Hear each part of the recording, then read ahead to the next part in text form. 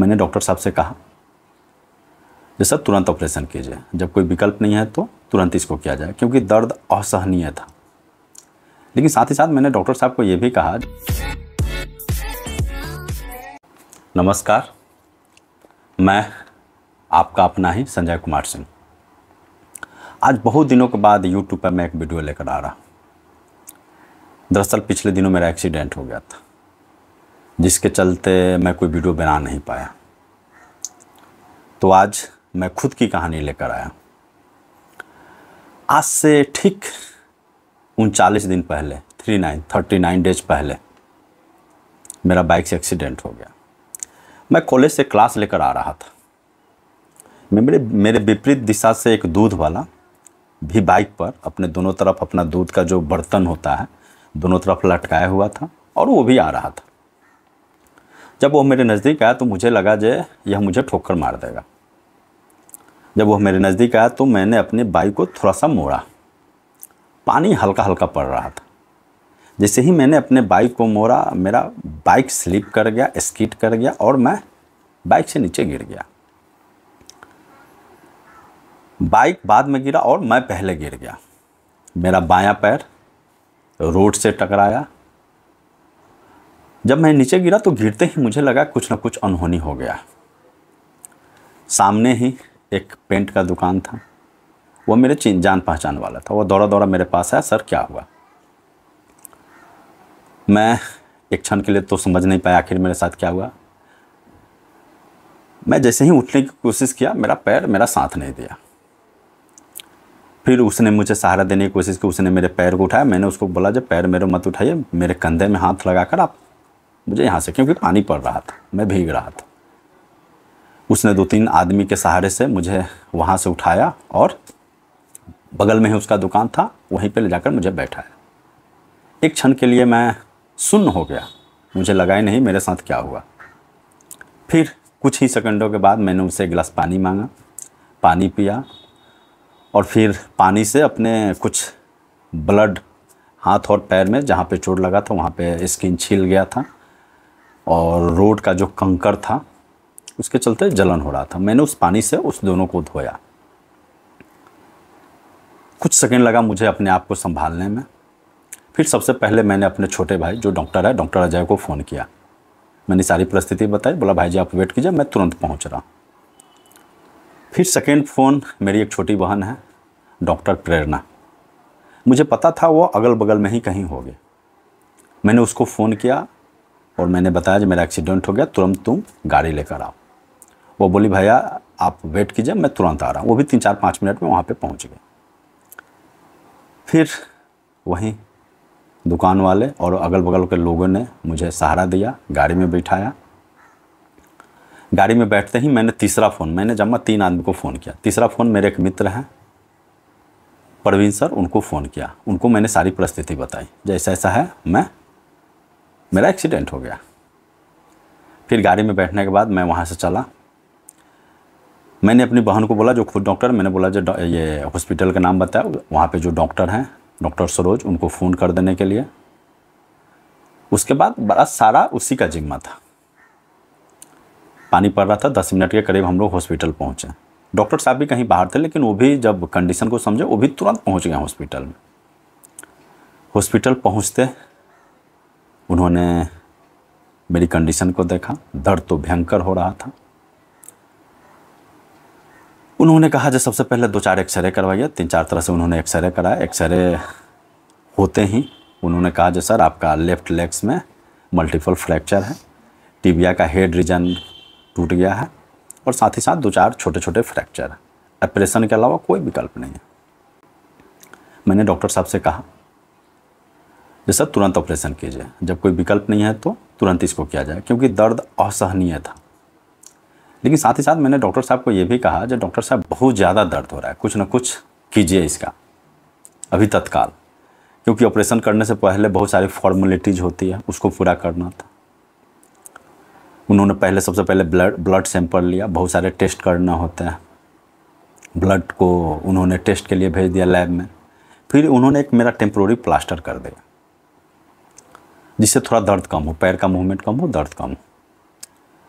थोड़ी देर के बाद ब्लड का रिपोर्ट भी आ गया। उन्होंने ब्लड में बहुत सारे टेस्ट करवाए थे, HIV करवाया था, हीमोग्लोबिन करवाया था, हेपेटाइटिस का करवाया था, ब्लड शुगर, बहुत सारे टेस्ट करवाए थे। ऊपर वाले का शुक्रगुजार है, सारे टेस्ट मेरे नॉर्मल थे। उसके बाद उन्होंने तुरंत OT तैयार करवाया, ऑपरेशन थिएटर में मुझे ले जाया गया। 12:30 की घटना है दिन के, और मैं OT में वहीं 2:30 बजे के करीब पहुँच चुका था। फिर मेरा ऑपरेशन शुरू हुआ। ऑपरेशन के से पहले मेरे बैकबोन में स्पाइनल कॉर्ड में एक इंजेक्शन दिया गया, जिससे मेरे कमर के नीचे का पूरा हिस्सा सुन्न हो गया, सेंसलेस। उसके बाद ऑपरेशन शुरू हुआ। डॉक्टर साहब से मेरा पुराना चेन जान था, उनको पता था जब मैं जूलॉजी का टीचर हूँ। साइड में, मेरे बाएं साइड में एक स्क्रीन लगा हुआ था। पूरे ऑपरेशन के पीरियड में वो मुझे बता रहे थे, देखिए आपका ये रीजन फ्रैक्चर है, मैं ये कर रहा हूँ, यहाँ पे स्टील लगा रहा हूँ, यहाँ पे नट बोल्ट लगा रहा हूँ। वो मुझे समझा रहे थे, कन्विंस कर रहे थे। मुझे पता नहीं मैं कितना समझ पाया, नहीं समझ, क्योंकि दिमाग में बहुत सारी बातें चल रही थी। फिर भी मैं उनकी बातों को सुन रहा था। मेरा ऑपरेशन 1 घंटा 21 मिनट चला। फिर डॉक्टर साहब के अनुसार मेरा ऑपरेशन सफल रहा। फिर मुझे ICU में शिफ्ट कर दिया गया। ICU में आने के बाद 4-5 घंटे तो मुझे कोई दर्द नहीं हुआ, क्योंकि वो दवा का असर था। मुझे याद है 7-8 बजे के बाद फिर से दर्द शुरू हुआ, भयंकर दर्द शुरू हुआ। जैसे ही वो दवा का असर कम हुआ, मैंने वहाँ पे जो असिस्टेंट डॉक्टर थे, जो कंपाउंडर था, जो नर्स थे, मैंने उनको रिक्वेस्ट किया, जब बहुत ज़्यादा दर्द हो रहा है कुछ कीजिए इसका। डॉक्टर साहब भी आए, बोले जी आप चिंता मत कीजिए, आपको दवा दे दिया गया है, अब बहुत जल्द आपका दर्द ख़त्म हो जाएगा। अब वो लोग तो कह दिए, मैंने भी सुन लिया, मुझे लगा जो शायद बहुत जल्द मेरा दर्द ख़त्म हो जाएगा, लेकिन ऐसा था नहीं। बहुत ज़्यादा भयंकर दर्द था। इस पीरियड में बहुत सारे लोग आए मुझसे मिलने, मेरे रिलेटिव, मेरे परिवार वाले, मेरे फ्रेंड्स, मेरे स्टूडेंट्स, बहुत सारे लोग आए मुझसे मिलने। आए, ICU का कुछ रूल्स होता है, एक बार में एक ही आदमी मिल सकते हैं, ज़्यादा देर तो मिल नहीं सकते हैं। फिर उसी पीरियड में मैंने कुछ खाया, हल्का फुल्का खाया, खाने का मन तो था नहीं, लेकिन नहीं खाते तो। मुझे याद है ICU में उस दिन मेरा एक स्टूडेंट है, उसकी चर्चा करना यहाँ पे बहुत ज़रूरी है। उसका नाम था शिवम साहनी। जब मैं दर्द से करा रहा था तो 8, साढ़े 8 के करीब में वो आया मेरे पास। दरअसल जब मेरा एक्सरे हो रहा था, जिसने एक्सरे किया वो भी मेरा स्टूडेंट ही था। जैसे ही शिवम आया तो उसने कहा जे ऐसी ऐसी बात है, संजय सर का एक्सीडेंट हो गया है। शिवम की ड्यूटी जनरल वार्ड में थी, लेकिन जैसे ही उसे पता चला जब मैं ICU में, वो दौड़ा दौड़ा मेरे पास आया और आया मेरे पास बैठा। ICU का रूल्स होता है जो आपको रात में किसी को रहने नहीं दिया जाएगा, आपके बगल में, आपके परिवार वाले, आपके फैमिली को, रिलेटिव को, किसी को अंदर रहने नहीं दिया जाता। मैं तो दर्द से करा रहा था, मैं चाह रहा था कि कोई मेरे पास रहे। मैंने उससे कहा चला, मेरा बहुत बुरा स्थिति है, बहुत दर्द में, मैं परेशान हूँ। फिर उसका जनरल वार्ड में ड्यूटी था, उसने अपने जनरल वार्ड की ड्यूटी को मैनेज किया और रात भर मेरे पास रहा। कभी मेरे बालों को सहला रहा था, कभी मेरे पैरों को सहलाया, कभी पुरानी बातों की तरफ मुझे ले गया, अपने कॉलेज लाइफ की तरफ, क्लास की तरफ, अपने दोस्तों की चर्चा।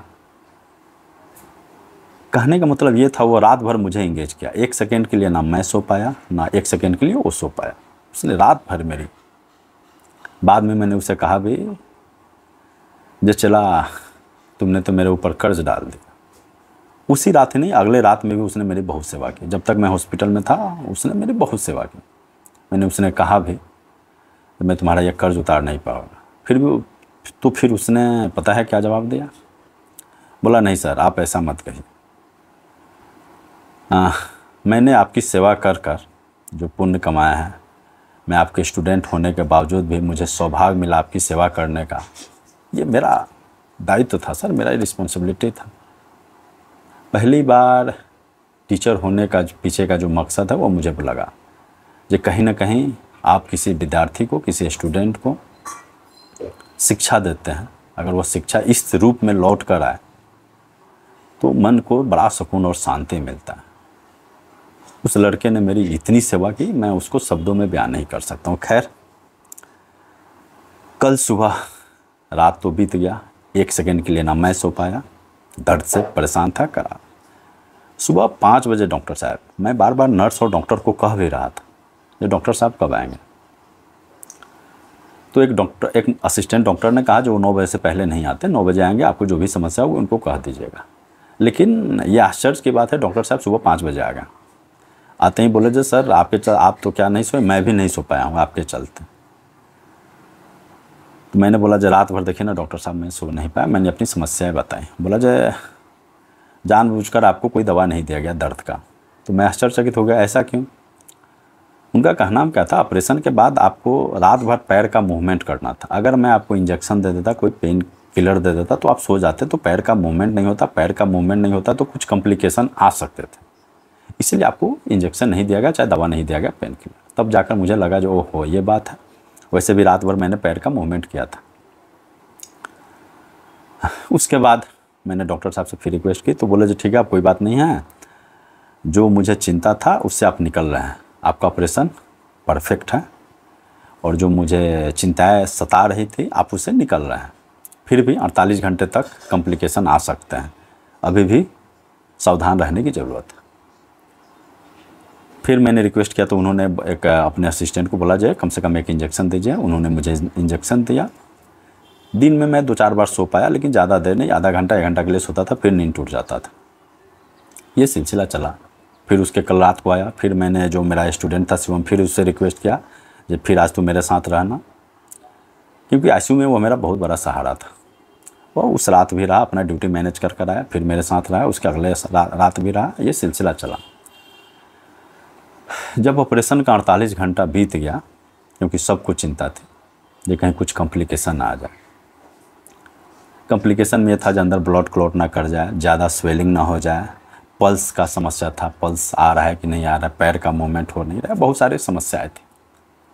सबको 48 घंटे का इंतज़ार। 48 घंटे जब ख़त्म हुआ, डॉक्टर साहब आए, उन्होंने बोला जो आप डेंजर जोन से बाहर निकल चुके हैं। फिर इसको अगले दिन मुझे आईसीयू से बाहर शिफ्ट कर दिया, एक केबिन में शिफ्ट कर दिया गया। ठीक ठाक था, मैं ये कह सकता हूँ। दर्द तो था, पैर का थोड़ा भी दाएं बाएं सोते समय इधर उधर मूवमेंट होता था तो दर्द करता था, लेकिन जो चिंताएं थी उसे मैं अब धीरे धीरे बाहर निकल रहा था। उसके कल होकर परसों होकर ये तो मेन समस्याएं थी, पैर का फ्रैक्चर, लेफ्ट लेग का। अब मैं सेकेंडरी प्रॉब्लम से जूझ रहा था। 4-5 दिनों में मैंने क्या फील किया, एक तो मेरा डेली रूटीन बिगड़ गया था, मुझे गैस की भयंकर समस्या थी। कुछ भी खाता था गैस का प्रॉब्लम। शुरू के 1-2 दिन तो मैंने दूध और अंडा लिया, लेकिन उसके बाद 3-4 दिन तक मैंने सिर्फ खिचड़ी खाकर अपना समय काटा। एक बीच में 1-2 बार वोमिटिंग भी हो गया। मैं परेशान था सेकेंडरी समस्या से। प्राइमरी तो था ही एक बड़ा समस्या, गैस की समस्या।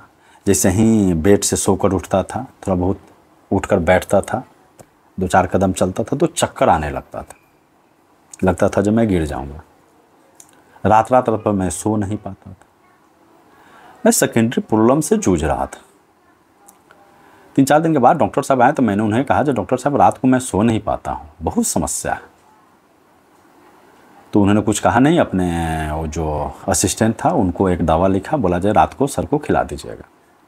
वो कंपाउंडर आया मेरे पास, रात को 10 बजे एक दवा खिला दिया। 4-5 रात के बाद की मैं कहानी बता रहा। उसके बाद एक दवा खिलाने के बाद बोला जाए दरवाज़ा खुला रखिएगा, 2 बजे मैं आकर फिर इसका एक डोज खिलाना पड़ता है, मैं 2 बजे फिर खिलाऊँगा।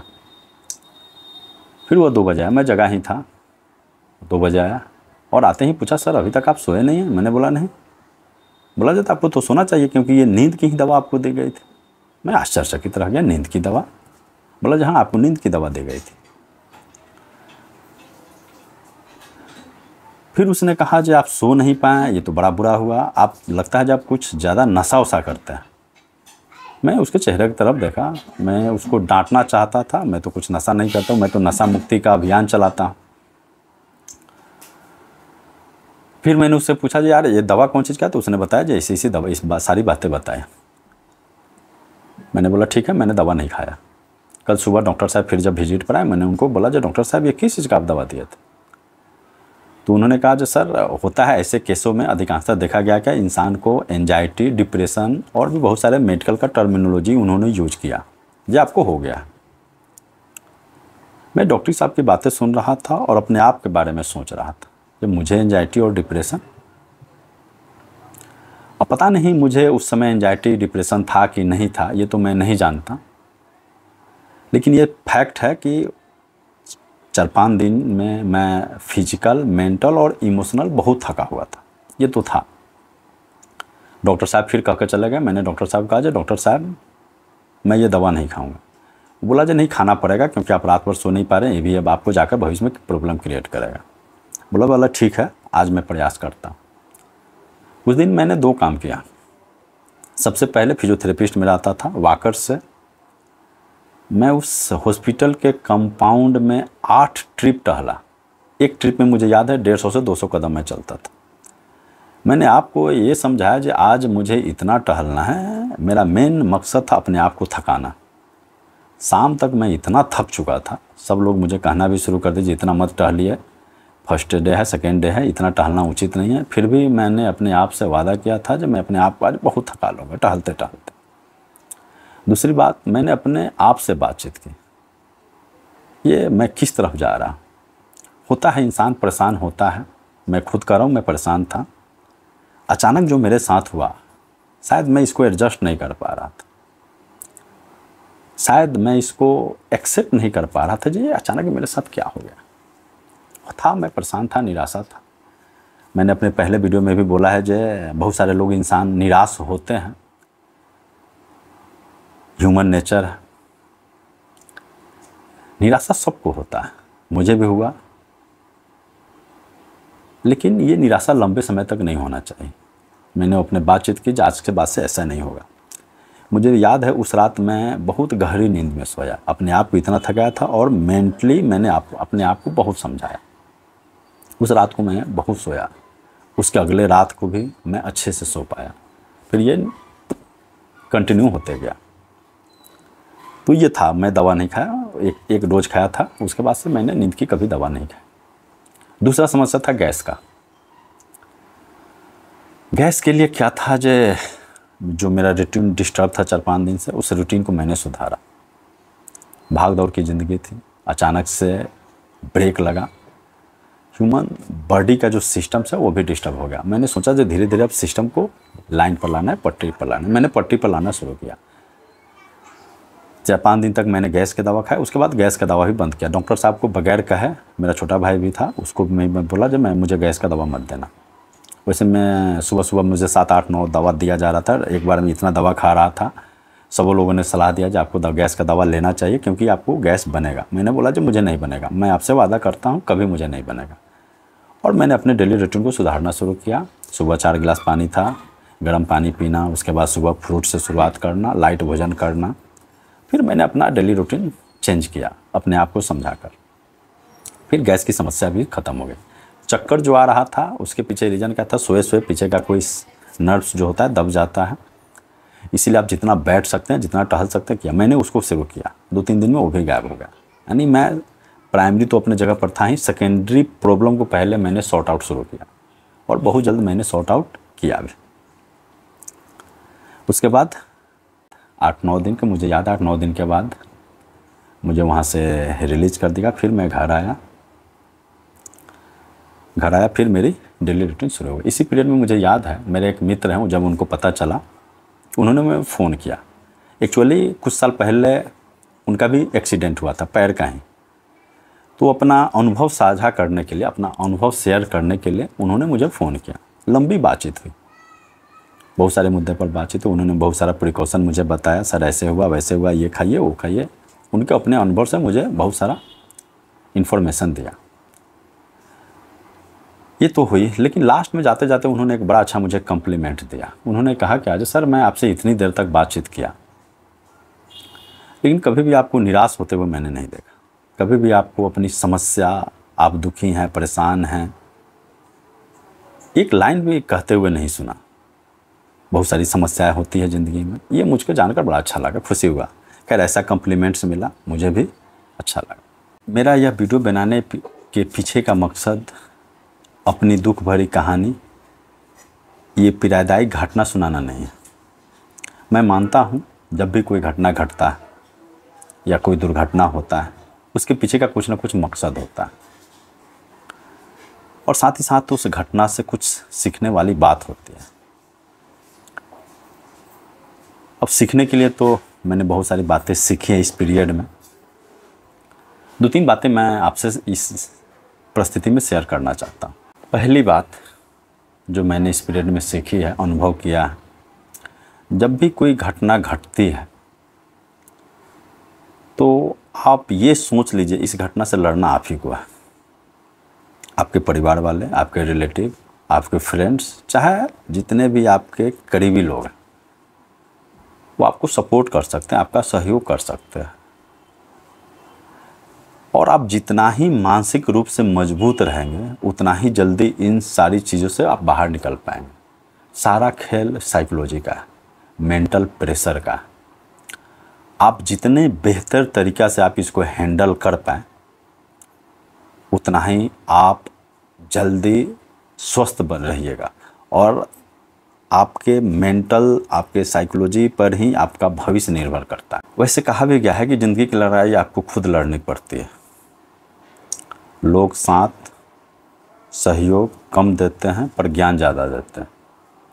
एक और बात मैंने जो माइंड किया है इस पीरियड में, अनुभव किया है, आप जिसको सबसे ज़्यादा समय देते हैं, आपका फिजिकल, चाहे मेंटल रूप से, चाहे इमोशनल रूप से, चाहे इकोनॉमिकली, अगर आपका इन्वेस्टमेंट किसी पर बहुत ज़्यादा है, ऐसे समय में सबसे पहले पीठ दिखाने वाले वही लोग हैं। ये भी मैंने अनुभव किया है। फिर भी कोई बात नहीं, शायद यही ज़िंदगी है। कोई साथ दे या ना दे, अपनी लड़ाई है, खुद की लड़ाई है, खुद से लड़ना पड़ेगा और पूरे जोश खरोश के साथ लड़ना पड़ेगा। दूसरी बात मैंने ये महसूस किया है, आपके हाथ में जो है वह आप कीजिए। जो आपके हाथ में नहीं है उसके बारे में सोचने से आप निराश ही होंगे, दुखी होंगे और परेशान भी होंगे। जैसे मेरा एक्सीडेंट हुआ, मुंह लटकाने से, चिंता करने से, इधर उधर की बातें सोचने से, सर फोड़ लेने से क्या मेरी समस्या का समाधान हो जाएगा? नहीं होगा ना। तो ये लड़ाई खुद की है। जो हुआ सो हुआ, उसके बारे में सोचने से, एक्सीडेंट मेरे हाथ में नहीं था, लेकिन एक्सीडेंट की बाद की जो परिस्थिति थी वो तो मेरे हाथ में था ना। उस पर मैंने ध्यान दिया और अभी भी ध्यान दे रहा हूँ, और ऊपर वाले का और बाकी अपनों का दुआएं हैं जो मेरा रिकवरी रेट बहुत ही फास्ट है। तीसरी बात, मेरा शुरू से ही इस पर फोकस रहा है और खुद मैं इसको मानता भी हूँ और इस पर अमल भी करता हूँ। तीसरा है हेल्थ, आपका स्वास्थ्य। कहा भी गया हेल्थ इज वेल्थ। हेल्थ पर ध्यान देना। जैसे ऑपरेशन के समय मेरे बहुत सारे टेस्ट करवाया गया, सब कुछ नॉर्मल निकला। क्यों निकला? क्योंकि पहले से ही मैं हेल्थ के प्रति कॉन्शियस था। ऑपरेशन के बाद भी जहाँ तक मेरी समझ थी, जहाँ तक मैं जानता था, जो नहीं जानता था मैंने दूसरे से सलाह लिया कैसे इसको ठीक किया जाए। फिजियोथेरेपिस्ट की बातें मैंने मानी। फिजियोथेरेपिस्ट आता था, जैसे जैसे उसने मुझे डायरेक्शन दिया मैंने कभी विरोध नहीं किया और उसकी बातों को गौर से सुनता था और वैसे किया, और मैं अपने रास्ते पर, सही रास्ते पर, थोड़ा धीमा ही सही, कछुए के चाल से ही सही, लेकिन निरंतर हूँ। तो तीसरा सबसे इम्पोर्टेंट है अपने हेल्थ पर फोकस करना। और अंत में मैं हार नहीं मानता।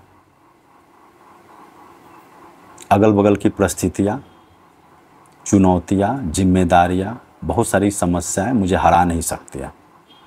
भले ऊपर वाला, भगवान जिसको हम कहते हैं, नेचर मुझे हरा सकता है, लेकिन सराउंडिंग मुझे कभी हरा नहीं सकता।